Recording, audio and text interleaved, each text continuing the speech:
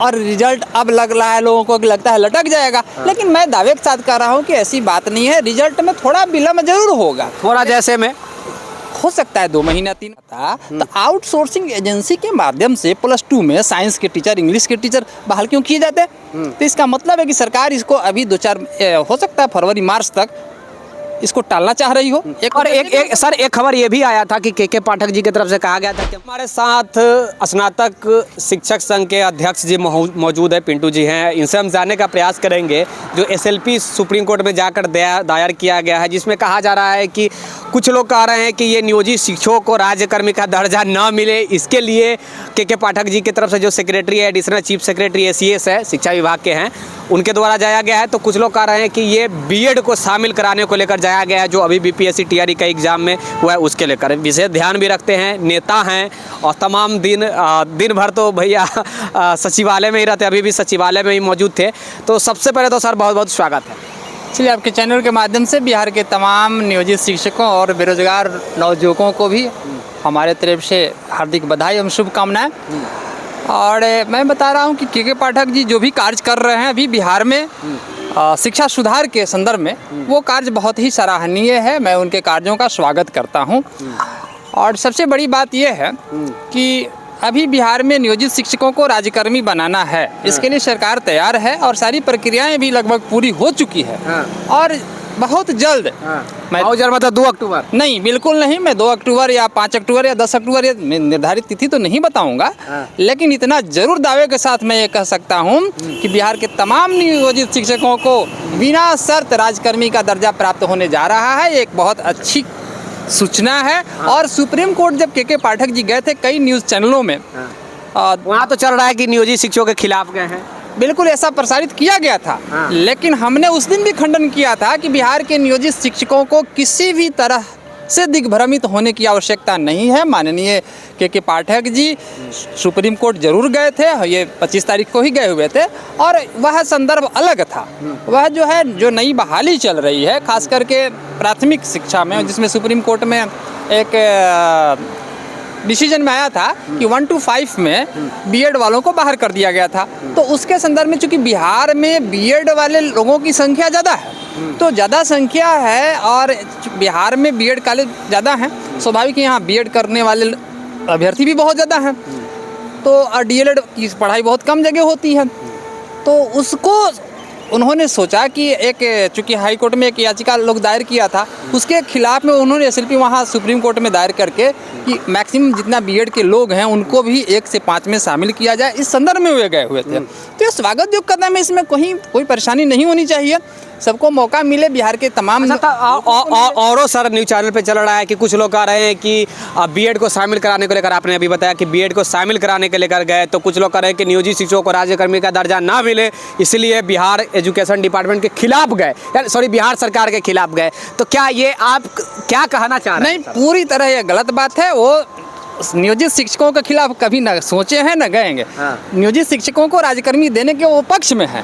और पूरा विभाग पक्ष में है। सरकार जब पक्ष में है तो विभाग पक्ष में होगी ही, क्योंकि विभाग तो सरकार का अधीन है। और जब माननीय मुख्यमंत्री जी तिरंगे झंडे के नीचे से शपथ, एक तरह का भाषण करना और शपथ लेना होता है, और माननीय मुख्यमंत्री जी 15 अगस्त को उन्होंने खुद कहा था कि हम ऐसा कर देंगे कि बिहार के तमाम नियोजित शिक्षक सरकार से जुड़ जाएंगे। इसका तात्पर्य उसी दिन हमने कहा था कि माननीय मुख्यमंत्री जी का मैं तहे दिल से स्वागत करता हूं, और यह कदम उनका स्वागत योग्य रहा भी है। और सारी विभागीय प्रक्रियाएं, उसके लिए जो कमेटी होती है, हम लोग चूँकि 5 विभाग से ये प्रक्रिया गुजरती है, जिसमें सामान्य प्रशासन है, वित्त विभाग है, पंचायती राज विभाग है, शिक्षा विभाग हो गया, है ना। तो ये सभी लोगों से प्रक्रिया सभी विभाग से गुजरते हुए ये कंप्लीट होता है। इसके बाद आएगा वो हम लोग का कैबिनेट में मामला। तो ये सारी प्रक्रियाएं लगभग पूरी है।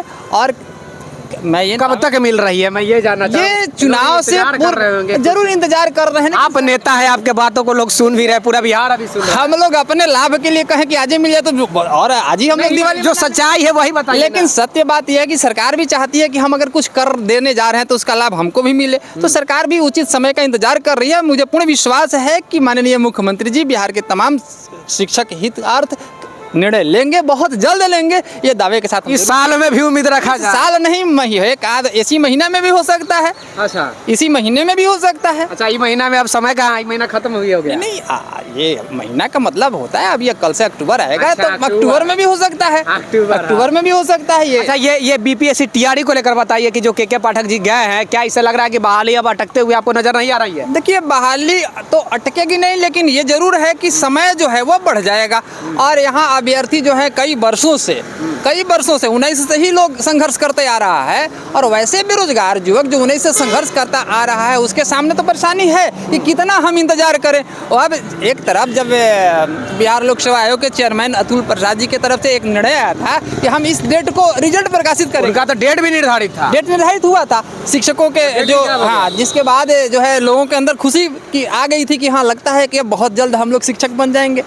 और वह तिथि एक बार नहीं, 2 बार 3 बार बढ़ी। अब जो है आज सितंबर भी समाप्त हो गया, अक्टूबर में हम प्रवेश करने जा रहे हैं। और रिजल्ट अब लग रहा है लोगों को कि लगता है लटक जाएगा। लेकिन मैं दावे के साथ कह रहा हूँ कि ऐसी बात नहीं है, रिजल्ट में थोड़ा विलम्ब जरूर होगा। थोड़ा जैसे में हो सकता है 2 महीना 3 महीना, चूंकि 2 महीना 3 महीना कम नहीं जा सकता है, बिल्कुल जा सकता है। चूंकि कोर्ट में जब मामला चला गया तो जब तक उसकी सुनवाई नहीं होगी तब तक ये मामला तो। अच्छा, कोर्ट में तो अर्जेंट में लगाया गया है, जो एसएलपी जो तैयार किया गया, तो कभी भी हो सकती है। बिल्कुल, उसमें अर्जेंट में है तो 1 आध महीने में उसकी जरूर सुनवाई हो जाएगी। लेकिन यह निश्चित है कि रिजल्ट जो है अब 2 महीने जरूर लटकेगा। 2 महीना 2 महीना बाद इलेक्शन है। इलेक्शन अगर निर्धारित समय पर होगा तो अप्रैल उसका है। अच्छा, लेकिन आचार संहिता तो 45 दिन पहले लग जाती है।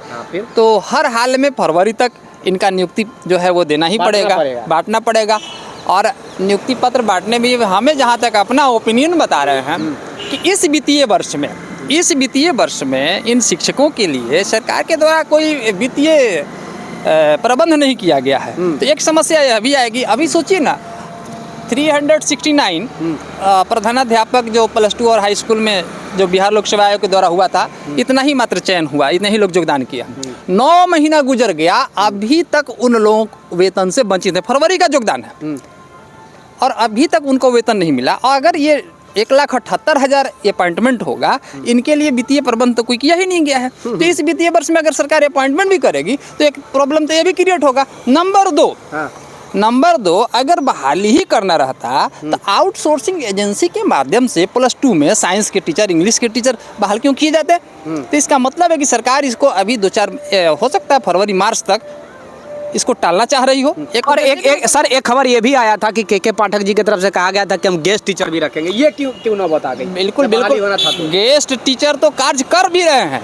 और अभी आउटसोर्सिंग एजेंसी से मैं बता रहा हूँ, आउटसोर्सिंग एजेंसी को +2 में शिक्षक अपॉइंटमेंट करने के लिए, वो भी 5 महीने के लिए। तो इसका मतलब है कि अगर बीपीएससी से सरकार तत्काल बहाली करना चाहती तो फिर 5 महीने के लिए शिक्षक का अपॉइंटमेंट क्यों होता? एक सोचनीय प्रश्न है। तो इसलिए मैं कह रहा हूँ कि इसका मतलब यह हुआ कि सरकार अभी 5 महीना शिक्षक का बहाली नहीं करना चाह रही होगी। तो इसीलिए कह रहे हैं कि हो सकता है सरकार जो इसको फरवरी मार्च तक खींच सकती है, इसमें कोई शक नहीं है। अगर करना ही होता तो फिर आउटसोर्सिंग एजेंसी को बहाली करने का नहीं दिया गया रहता। अच्छा, ओके, आपके मुताबिक अभी बहाली में डिले हो सकता है? बिल्कुल, मार्च तक हो सकता है सरकार का इरादा। भैया, मार्च तक हो सकता है। और ये अफवाह है जो नियोजित शिक्षकों की मैटर को लेकर कहा जा रहा है कि जो भी के पाठक, जो ACS के पाठक जो है वो सुप्रीम कोर्ट गए हैं, नियोजित शिक्षकों को राज्यकर्मी का दर्जा ना मिले इसको लेकर गए हैं। तो ये अफवाह है, नेताजी की तरफ से कहा गया है। मैं नेता कहूँ या फिर शिक्षक कहूँ, दोनों बात कर सकता हूँ। क्या मैं गलत बोल रहा हूँ सर?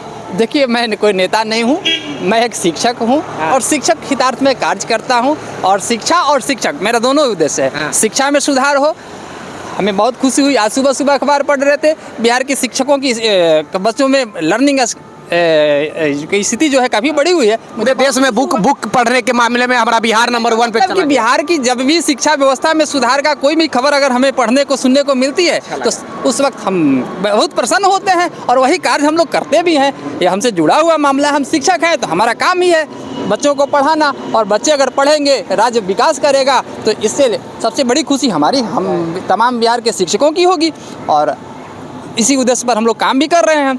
तो निश्चित रूप से जो है ये अच्छी खबर है और नियोजित शिक्षकों को भी राज्यकर्मी का दर्जा हर हाल में मिलेगा। इसलिए बिहार के अंत में एक बार फिर से कह देना चाहता हूँ कि सरकार शिक्षकों को राज्यकर्मी का दर्जा हर हाल में सरकार को कहीं ये भी तो नहीं हो सकता, इधर घुमाइएगा, सरकार कहीं ये भी तो नहीं है कि सरकार आपको कुछ दे दिया हो आप प्रमोट सरकार को करने के लिए, क्योंकि वोट भी आ गई है, प्रमोट करने के लिए आप तमाम नियोजित शिक्षकों को ये भी तसल्ली दिला सकते हैं, तसल्ली के लिए भी आप बोल रहे हो? बिल्कुल नहीं, हम लोग सरकार के खिलाफ भी लड़े हैं और अभी भी संघर्ष के लिए तैयार हैं। हम कोई सरकार हमारे लिए कोई सरकार से लड़ाई हमेशा हमारी रही है। अच्छा, अभी हम लोग जुलाई में सरकार के अगेंस्ट में गर्दनी बाग में धरना आंदोलन किए हैं और आगे इसके बाद 3 को भी हम लोगों ने बैठक बुला करके आक्रोश व्यक्त किया था। इसके बाद 5 सितंबर को भी काली पट्टी बांध करके आक्रोश व्यक्त किया था। तो ऐसा नहीं है, अगर सरकार आज भी अनाउंसमेंट कर दे कि अगर राज्यकर्मी का दर्जा नहीं देंगे तो कल ही बिहार के तमाम शिक्षक सड़क पर उतर जाएंगे। लेकिन हमें पूर्ण विश्वास है, माननीय मंत्री जी माननीय मुख्यमंत्री जी तिरंगे के नीचे शपथ लिए हैं, इसलिए वो गलत साबित नहीं होगा। चलिए जो भी जानकारी था नियोजित शिक्षक संबंधित या फिर बीपीएससी टीआरई संबंधित कब क्या होने जा रही है शिक्षा विभाग में, उसके लेकर हम जानकारी देने का प्रयास किए। विशेष जानकारी के लिए द टाइम्स ऑफ भारत के साथ अवश्य जुड़े हुए रहिएगा। एक लाइक, शेयर और सब्सक्राइब की आपकी आवश्यकता है, इससे ज़्यादा मुझे कुछ चीज़ आपसे नहीं चाहिए। Thank you, take care, bye bye, have a nice day.